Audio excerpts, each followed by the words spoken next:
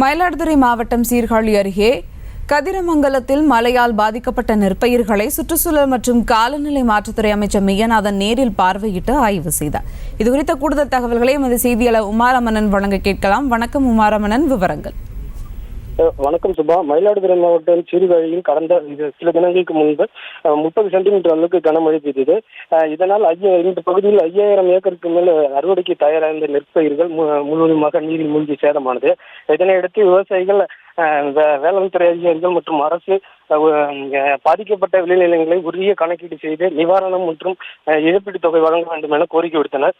இந்நிலையில் சீர்காழி அடுத்த கதிராமங்கலத்தில் சுற்றுச்சூழல் மற்றும் காலநிலை மாற்றத்துறை அமைச்சர் மெய்யநாதன் மற்றும் மயிலாடுதுறை மாவட்ட ஆட்சியர் மகாபாரதி பாதிக்கப்பட்ட விளைநிலங்களை நேரில் சென்று ஆய்வு மேற்கொண்டனர்.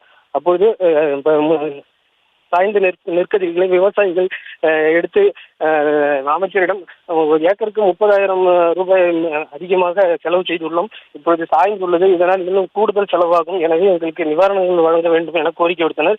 இதனை அடுத்து அமைச்சர் மெய்யநாதன் மயிலாடுதுறை மாவட்டத்தில் 18 ஏக்கர் சம்பா சாகுபடி விளைநிலங்கள் பாதிக்கப்பட்டுள்ளதாகவும் 1000 ஏக்கர் நிலக்கடலை பயிர்கள் பாதிக்கப்பட்டுள்ளதாகவும் வேளாண் துறை மூலம் உரிய கணக்கீடு செய்து முதல்வரின் கவனத்திற்கு கொண்டு சென்று உரிய நடவடிக்கை எடுக்கப்படும் என தெரிவித்தார். சுபா.